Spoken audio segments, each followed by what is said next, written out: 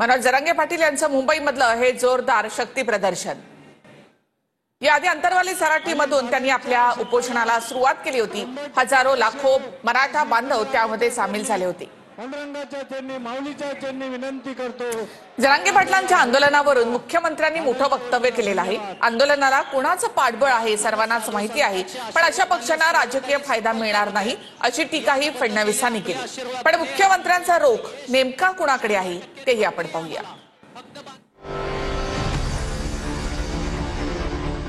आंदोलनाकरता resources उभे करणारे कोण आहेत? काही राजकीय पक्ष त्यांच्या खांद्यावर बंदूक ठेवून आपला फायदा करण्याचा प्रयत्न करतायत, पण त्यांचं नुकसान होईल, फायदा होणार।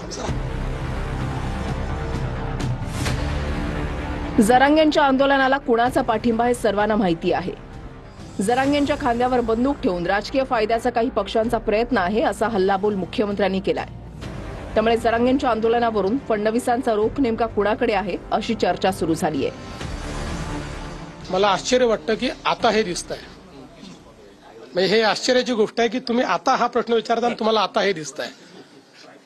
यापूर्वी काय झालं हे तुम्ही सगळ्यांनी बघितलेलं आहे। आजही आंदोलनाकरता रिसोर्सेस उभे करणारे कोण आहेत वगैरे हे सगळं आपल्याला पाहायला मिळत आहे। पण ठीक आहे, माझं म्हणणं काय आहे, आमच्याकरता हे आंदोलन राजकीय नाही, आम्ही याला सामाजिक चष्म्यातनं पाहू। काही राजकीय पक्ष हे त्यांच्या खांद्यावर बंदूक ठेवून आपला फायदा करण्याचा प्रयत्न करतायत, पण त्यांचं नुकसान होईल, फायदा होणार। जरांगेंच्या आंदोलनाला मराठवाड्यामधील विरोधी आमदार आणि खासदारांसह सत्ताधारी आमदारांनी सुद्धा पाठिंबा जाहीर केलाय। राष्ट्रवादी अजित पवार गटाचे आमदार विजयसिंह पंडित, राष्ट्रवादी अजित पवारांचे आमदार राजू नवघरे, शिवसेना शिंदेचे आमदार विलास भुमरे, तर महाविकास आघाडीच्या आमदार खासदारांनी सुद्धा जरांगेंच्या आंदोलनाला पाठिंबा दिलाय। राष्ट्रवादी शरद पवार गटाचे आमदार संदीप क्षीरसागर, राष्ट्रवादी शरद पवार गटाचे बीडचे खासदार बजरंग सोनवणे, शिवसेना ठाकरे गटाचे परभणीचे खासदार संजय जाधव, शिवसेना ठाकरे गटाचे हिंगोलीचे खासदार नागेश आष्टीकर, शिवसेना ठाकरे गटाचे धाराशिवचे खासदार ओमराजे निंबाळकर। अंतरवाली सराटीहून निघताना जरांगे पाटलांनी फडणवीसांवर टीका करताना एकनाथ शिंदे आणि अजित पवार दोघांचंही कौतुक केलं होतं। त्यावरून बावनकुळेंनी फडणवीस मराठा समाजामध्ये जन्मले नाही हे दुर्दैव आहे का असा सवाल केलाय। एकनाथ शिंदे साहेब माणूस म्हणजे खरा आहे, साथ देतो, जनतेची वेदना समजून घेतो माणूस। तो गोर गरिबांचे दुःखाचे जाण असणारा माणूस आहे। गरिबांचे प्रश्न जाणून ताबडतोब सोडवायचे, त्यांचं म्हणणं ऐकून घ्यायचं, हे काम सुद्धा तडकाफडकी अजितदादा पवार पण करतो। देवेंद्र फडणवीस हे मराठा समाजाचे नाही आहेत, ते एका ब्राह्मण समाजातून येतात। त्यांनी जन्म मराठा समाजात किंवा ओबीसी समाजात घेतला नाही, हे त्यांच्या हाती होतं का? त्यांच्याबद्दल गलिच्छ भाषेत बोलणे आणि समाजाला, मराठा समाजाच्या इतर नेत्यांना त्या ठिकाणी त्यांच्या कामाबद्दल कौतुक करणे ते केलं पाहिजे, आम्ही करतो।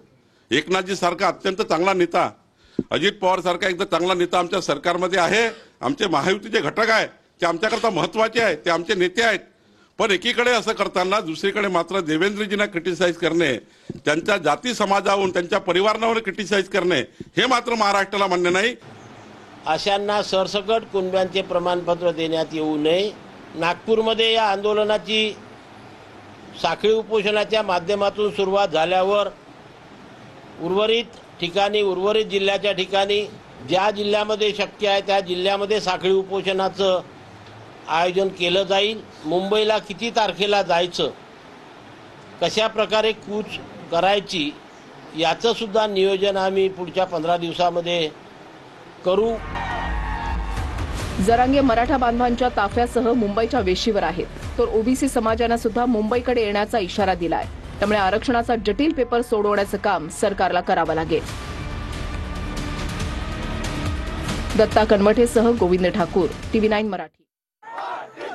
आझाद मैदानावरची ही दृश्य आपण या ठिकाणी पाहतोय।